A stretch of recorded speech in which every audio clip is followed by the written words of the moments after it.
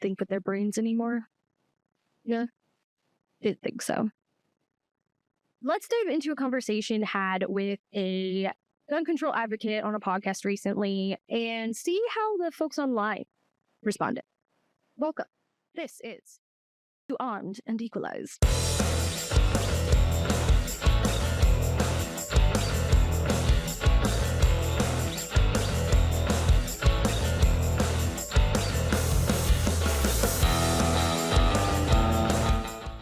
Good morning, my 2A advocates. Are we ready for this? I don't know if I am.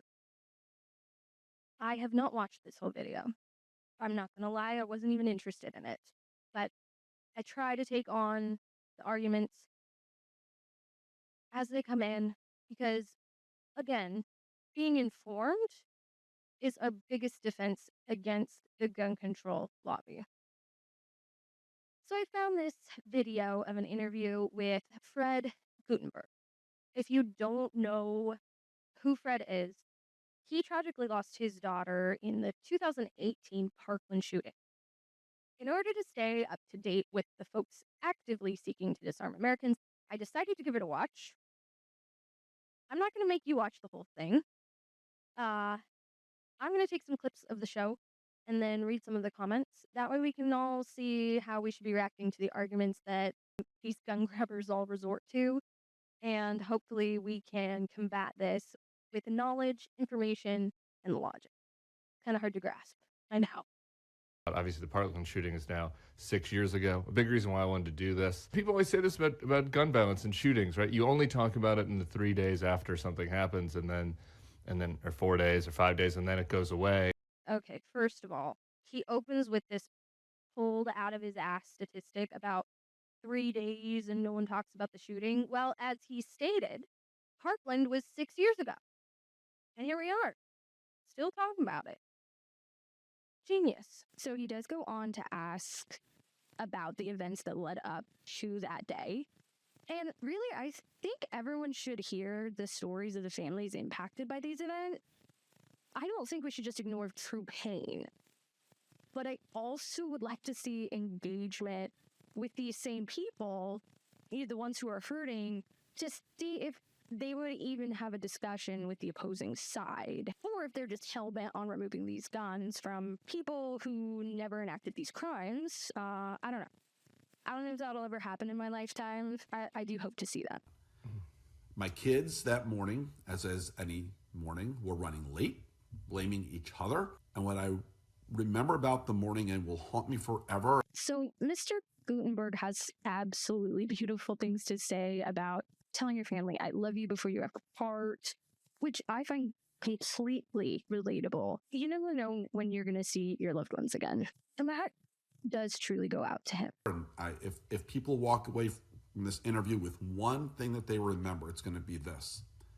I didn't tell my kids that morning I love them. My last words were, you gotta go, you're gonna be late. My last words were not, I love you. And I spent the past 6 years telling parents and children and friends and lovers to just do one thing. When you say goodbye to somebody, say I love you and look them in the eye when you do it so they know you mean it. Because I didn't. So the discussion about his daughter being the first publicly identified death and the swarm of media is very telling. Jamie became the first publicly identified because of it, because it quickly got out. Right. In a matter of an hour, helicopters from media flying over my house, my phone ringing with media showing up at my door. Fortunately, I'm friends with a lot of police officers, and they literally came and shut down my block to stop it. And they spent 24/7 in front of my house for the next week. Why would we harass mourning families during such a stressful time? I have no idea. I have no idea why that's allowed. It's disgusting. And the thing about Mr. Gutenberg is he really does embody that caring, mourning parent that I'm sure anyone who has lost a child in a tragic, violent way can relate. And that's why I think his story is powerful. I disagree with his premise and what he took away from that story, but I do think that it's worth listening to. I talk about what happened freely because I can't change that reality. I am so thrilled and happy for all the other kids who are having their amazing lives. He begins the story about Jamie's ribbons, which I thought was pretty cool because my favorite color is also orange, has been for forever, because I'm colorblind. Color challenged. Orange ribbons for Jamie. Orange was Jamie's favorite color. And all of her friends knew it. She loved orange. A lot of people thought the name was because orange is the color of the gun safety movement. That is not the reason we started a foundation called Orange Ribbons for Jamie. Orange was Jamie's favorite color. The part where he says that the color orange was a symbol for gun safety, that's absolutely misleading. Hunter safety, sure, but not gun safety. It's been manipulated and adopted by many of these anti-gun extremist foundations. And that in and of itself is a travesty to the color orange. I weep daily. About 3 weeks later, I was in a Home Depot. I was wearing the orange ribbon. I wore it every day. They asked me what it was for, and I told them. And they said, "Did you know that's the color of the gun safety movement?" I had no idea. That wasn't my world. And I came home that day and I said to my wife, I want to start a foundation. I want to call it Orange Ribbons for Jamie. I said, it's too much of a coincidence that gun violence has a movement where this is the color.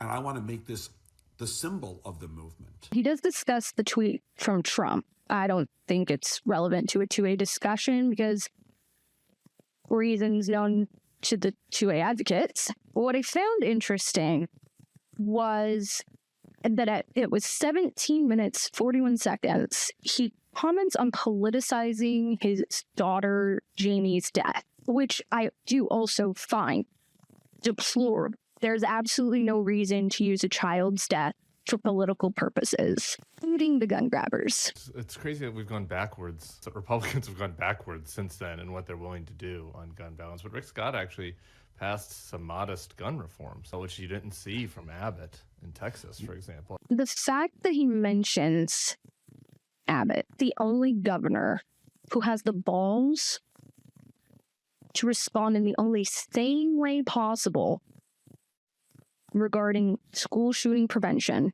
can't even feel his. And sorry, Evan, I don't know if that's true or not. It's funny if it is, though. And I think Mr. Gutenberg's final message is really what I'm here for. Nobody's saying you have to say you're against the Second Amendment. No one's saying you have to say you have an issue with guns. Be honest. This was gun violence. Work with me to end gun violence. Because we all know that gun violence is the only violence outside of maybe domestic violence with its own category. All due respect for the pain you've experienced. It wasn't gun violence that killed your daughter. It was an insane person with a God complex and a vendetta.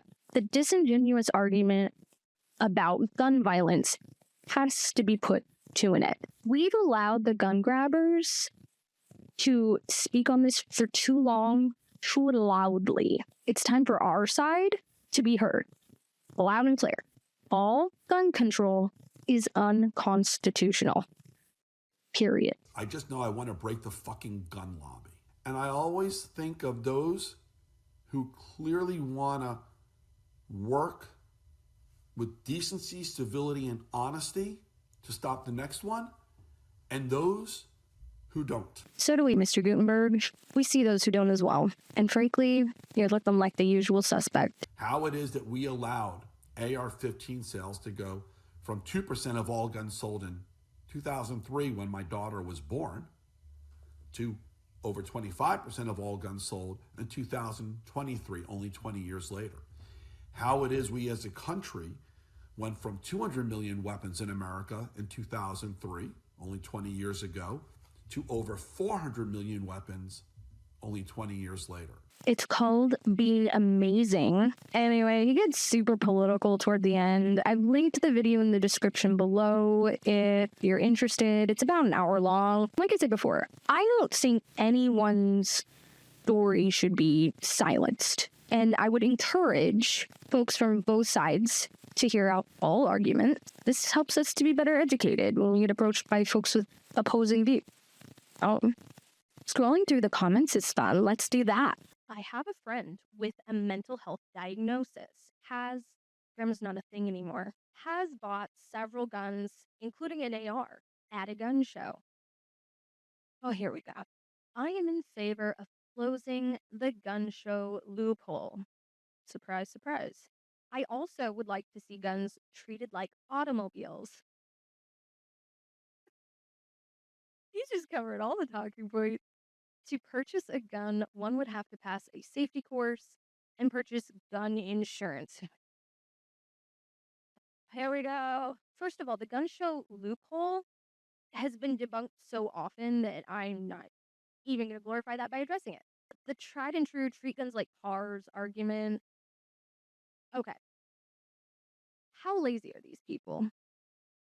I mean, come on. Okay, I'll briefly address this because it's one of my biggest pet peeves. The reason that we treat cars differently is because driving is a privilege. Imagine that. Driving is a privilege in which states have the authority to rate. So states can require you to have insurance and a driver's license, taking a course, registration, all of those fun things. But you don't need them to actually own a vehicle. So you can purchase a car without any of those things. Probably not off of a lot. Most of them do the whole registration and everything for you, but realistically, you can own a car and it can be sitting in your yard, not hurting anybody, without any of those things. You don't need them. The only reason you need them is because the states require it as a safety precaution on public roadways. That's it. Public road. So I guess how is that different than a gun? A lot of people would ask. Well, gun ownership is a constitutional right, not a privilege. So the fact that the founding fathers didn't pen in a right to drive a buggy, but focused instead on providing their people with the tools to arm themselves against a tyrannical government, is about their priorities. Go figure. Oh, Josh, a Uvalde reference. Where were all the good guys with guns during Uvalde? Well, justice. I don't suppose the dad and slash husband who borrowed his barber's shotgun counts. Now, does he? He goes on to ask about Parkland and other schools, to which my reply. Now, security at your child's school will look different this fall. This week, Governor Greg Abbott signed a House Bill 3 into law mandating all public schools to have at least one armed security officer at each campus. This comes more than a year later after the mass shooting at Robb Elementary in Uvalde. The only sane reform done in this lifetime? This was hard to hear. He mentioned the massive increase of gun owners. I wonder if, if, if for each single gun purchased by responsible owners, if it is contrasted to 40 irresponsible and or there's caps again, mentally unstable owners that by all guidelines or common sense thought should never hold a gun. Well, Bob, mind your damn business. There's a show more. I'm not sure I want to. In Germany, fuck. Oh my gosh. In Germany, they have the right to own a gun, but the police have the right to show up periodically at your door, unannounced.